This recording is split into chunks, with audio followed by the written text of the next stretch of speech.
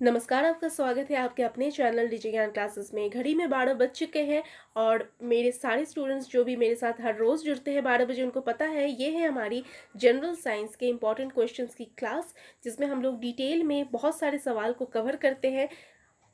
और आपके लिए एक और इन्फॉर्मेशन, हर रोज़ शाम के 5 बजे हमारी जनरल नॉलेज की डेली जी के प्रैक्टिस सेट को भी आप लोग ज़रूर देखें। इसमें आपको एग्ज़ाम में सिलेक्शन दिलवाने वाले प्रश्न करवाए जाते हैं। अगर आपने नहीं देखा है तो ज़रूर देखें। और इसकी पीडीएफ आपको हमारे टेलीग्राम ग्रुप पे या व्हाट्सएप ग्रुप पे मिल जाएगी और इसका लिंक डिस्क्रिप्शन में दिया गया है। आप जल्दी से वहाँ हमें ज्वाइन कीजिए। ये है हमारी क्लास टाइम की शेड्यूल। सारे शेड्यूल्स आपको दिए गए हैं। आप इसका स्क्रीनशॉट लेके हमारे हर एक क्लास को अटेंड ज़रूर करें, क्योंकि इससे आपका बहुत ज़्यादा फ़ायदा होने वाला है। डेली करंट अफेयर की क्लास भी हमारी चलती है सुबह के ठीक 8:30 बजे। ज़रूर से ज़रूर ज्वाइन होएं लाइव हमारे चैनल डिजिटल ज्ञान क्लासेस पे सुबह से ठीक 8:30 बजे। पहला सवाल है आज का, सेंधा नमक में कौन सा खनिज होता है? रॉक सॉल्ट कंटेन्स विच मिनरल? ऑप्शन है सोडियम, मैग्नीशियम, फॉस्फोरस या फिर कैल्शियम। तो सबसे पहले तो आप, मैं उम्मीद करती हूँ आप अपने ग्रुप्स में भी हमारे इस वीडियो के लिंक को शेयर कर चुके होंगे। अगर नहीं किया है तो आप लोग प्लीज़ शेयर कीजिए, हमें आपकी सपोर्ट की ज़रूरत है। और सबसे पहले मैं आपको इन सारे के एटॉमिक नंबर्स के बारे में पूछना चाहूँगी। कमेंट सेक्शन में आप जो भी जुड़े हैं जल्दी से मुझे कमेंट करके बता दीजिए, मैग्नीशियम, फॉस्फोरस और कैल्शियम का एटॉमिक नंबर क्या होता है। तो मैं आपको बता देती हूँ, मैग्नीशियम का होता है 12, फॉस्फोरस का जो होता है वो होता है 15 और कैल्शियम का होता है 20। एटॉमिक नंबर से सवाल पूछे जाते हैं। कम से कम 1 से 30 तक के एटॉमिक नंबर्स तो आपको याद होने चाहिए और कुछ इंपॉर्टेंट एलिमेंट्स के एटॉमिक नंबर भी एग्जाम में पूछे जाते हैं। तो इसका जो सही उत्तर है वो है ऑप्शन नंबर फर्स्ट, यानी कि सोडियम। मैं उम्मीद करती हूँ आप लोग कमेंट में मेरे साथ जुड़ गए हैं और कमेंट ज़रूर कर रहे हैं। मैं आपके कमेंट्स भी देख रही हूँ। इसका सही उत्तर है ऑप्शन नंबर फर्स्ट, यानी कि sodium. Rock salt contains sodium mineral. दूसरा सवाल है, तीव्र शीशा विषाक्तता को भी कहा जाता है? Acute lead poisoning is also known as what? Option है इटाई प्लम्बिज्म, तंत्रिका शूल या फिर बाइसिनोसिस। तो जल्दी से कमेंट में बता दीजिए आपको कौन सा इसमें से ऑप्शन सही लगता है। और इसका जो सही उत्तर है वो है ऑप्शन नंबर सेकेंड, यानी कि प्लम्बिज्म। अब इसका एक और नाम है जिस नाम से इसको जाना जाता है, वो है सैचुर्निज्म। याद रखिएगा, ये इसका एक और नाम है। इन दोनों में से जो भी आपको ऑप्शन में दिया हुआ हो, आप उसमें टिक लगाइएगा कि हाँ यही है एक्यूट लेड पॉइजनिंग, यानी कि प्लम्बिज्म या फिर सैचुर्निज्म। अब चलते हैं आज के हमारे तीसरे सवाल की ओर। मैं उम्मीद करती हूँ आपने हमारे इस वीडियो के लिंक को अपने ग्रुप्स में, अपने फ्रेंड्स में ज़रूर शेयर किया होगा। तीसरा सवाल है, थ्रोम्बिन किस शारीरिक प्रक्रिया से संबंधित है? With which of the following process, physiological process thrombin is associated? Options है विकास, खून का जमना, रक्त शुद्धि या फिर उत्तक विकास। हर एक पीडीएफ को बनाने में, क्लास को बनाने में काफ़ी मेहनत लगती है। हमारे मेहनत को सपोर्ट करते हुए वीडियो को लाइक ज़रूर कीजिएगा। और इसका जो सही उत्तर है कमेंट सेक्शन में ज़रूर बताइए। इसका सही उत्तर है ऑप्शन नंबर सेकेंड, यानी कि ब्लड क्लॉटिंग या फिर खून का जमना। अब मुझे आप कमेंट में ये जल्दी से बता दीजिए कि ब्लड क्लॉटिंग विटामिन कौन सा है? ब्लड क्लॉटिंग विटामिन, खून का जमाव होने के लिए कौन सा विटामिन रिस्पॉन्सिबल है? तो इसका जो सही उत्तर है वो है विटामिन के। याद रखिएगा, विटामिन के ब्लड क्लॉटिंग विटामिन के नाम से जाना जाता है। अब विटामिन के का रासायनिक नाम क्या है, ये भी एग्जाम में पूछा जाता है। देख लीजिए, आप एक सवाल से आपके 4 से 5 सवाल कवर हो रहे हैं, इसीलिए हमारी ये इस क्लास को डेली लेना बिल्कुल ना भूलें। इसका जो सही उत्तर है वो है फाइलोक्विनोन। याद रखिएगा, इसको हम लोग फाइलोक्विनोन के नाम से भी जानते हैं। किसको? तो विटामिन के को, जो कि ब्लड क्लॉटिंग विटामिन है। चौथा सवाल है, अष्टक सिद्धांत की तैयारी के दौरान न्यूलैंड द्वारा कितने तत्वों को ग्रहण किया गया था? How many elements were assumed by Newland during the preparation of octave theory? Option है 56, 45, 60 या फिर 100। तो सबसे पहले आप मुझे ये बता दीजिए कि न्यूलैंड ने कहाँ से कहाँ तक के एलिमेंट्स को चूज़ किया था। मैं आपको बता देती हूँ, न्यूलैंड ने हाइड्रोजन से लेके थोडियम तक के एलिमेंट्स को चूज़ किया था। थोडियम तक के एलिमेंट्स को उन्होंने लिया था। और थोडियम कौन सा नंबर का एलिमेंट था? 56, यानी कि उन्होंने टोटल 56 एलिमेंट को लिए थे, यानी option number first is the right answer. याद रखिएगा कितने एलिमेंट्स को उन्होंने चूज़ किया था, तो 56। और 56वां एलिमेंट कौन था, ये भी एग्जाम में पूछा जाता है, तो वो थोडियम था। और पहला एलिमेंट कौन था, तो याद रखिएगा वो हाइड्रोजन था। अब चलते हैं पांचवें सवाल की तरफ। किस उत्तक के नाखून, खूर और सींग बने हुए होते हैं? Of which tissue nails, hoofs and horns are made up of? Option से क्यूटिकल, काइटिन, केराटिन या केरालीन। तो अभी तक जिन्होंने भी हमारे चैनल को सब्सक्राइब नहीं किया है, उम्मीद करती हूँ हमारा कंटेंट इतना पावरफुल है कि आप सब्सक्राइब ज़रूर करेंगे। और इसका जो सही उत्तर है वो है ऑप्शन नंबर 3 यानी कि केराटिन।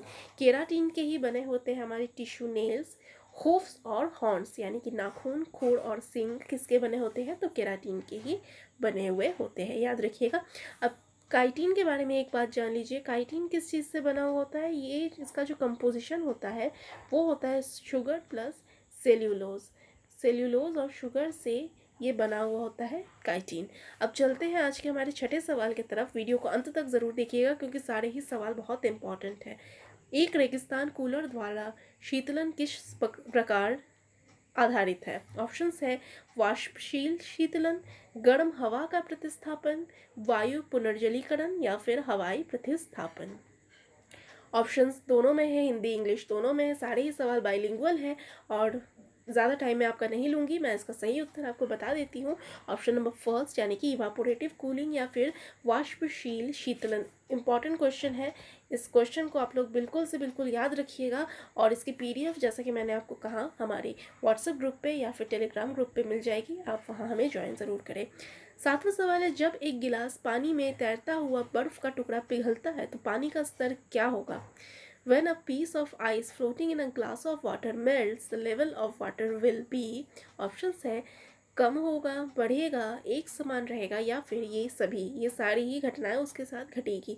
तो जल्दी से आप मुझे कमेंट में बताइए ऑप्शन नंबर कौन सा आपको सही लगता है, फर्स्ट, सेकंड, थर्ड या फोर्थ। तो जल्दी से कमेंट सेक्शन में जुड़ जाइए मेरे साथ। और इसका सही उत्तर जो होगा वो है थर्ड नंबर ऑप्शन, यानी कि कोई परिवर्तन नहीं होगा, वो एक समान रहेगा। याद रखिएगा ये भी इम्पॉर्टेंट सवाल है और ये सारे सवाल किसी ना किसी एग्ज़ाम में पूछे गए हैं। सारे ही सवाल जो आपको करवाए जाते हैं वो या फिर प्रीवियस ईयर के होते हैं या फिर एक्सपेक्टेड होते हैं। तो याद रखिएगा, इस क्लास की इम्पोर्टेंस आप लोगों को मैं बता रही हूँ। आठवां सवाल है, निम्नलिखित में से कौन सा लवण विलुप्त नहीं होता है? Which of the following salts does not deliquesce? Options है magnesium carbide, magnesium chloride, calcium chloride या सोडियम क्लोराइड। तो बता दीजिए जल्दी से इसका सही उत्तर कौन सा होगा। कौन सा लवण कभी विलुप्त नहीं होता है? तो वही विलुप्त नहीं होता है जिसको हम लोग हर रोज़ अपने रोज़मर्रा के यूज़ में लाते हैं, यानी कि जिसको हम लोग किस नाम से जानते हैं, NaCl, यानी कि sodium chloride. Option number 4 is the right answer. Sodium chloride ही वो लवण है जो विलुप्त नहीं होता है। अब चलते हैं 9वें सवाल की तरफ। खनिज एसिड को कंटेनर में सुरक्षित रूप से निम्नलिखित में से किस धातु के कंटेनर में संग्रहित किया जा सकता है?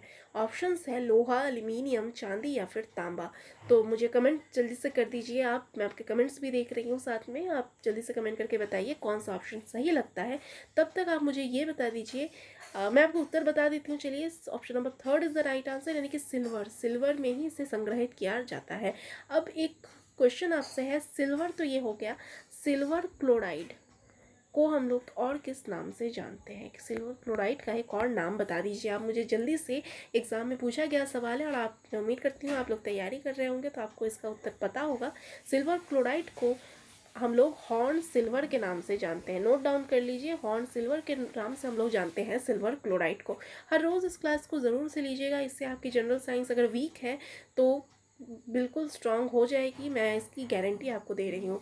10वां सवाल है, मिथाइल ऑरेंज की कुछ बूंदों को साबुन के घोल में मिलाया जाता है, समाधान का रंग बन जाता है। किस रंग का हो जाता है अगर मिथाइल ऑरेंज की कुछ बूंदों को साबुन के घोल में मिलाया जाता है? तो ऑप्शन है पीला, नारंगी, नीला या फिर काला।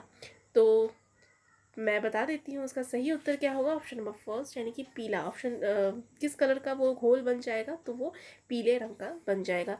ये भी एक इम्पॉर्टेंट सवाल है, आप लोग ज़रूर से इसको भी याद रखिएगा। 11वां सवाल है, लवणीय जल का उपयोग किसमें किया जाता है? Brine. Brine is used as.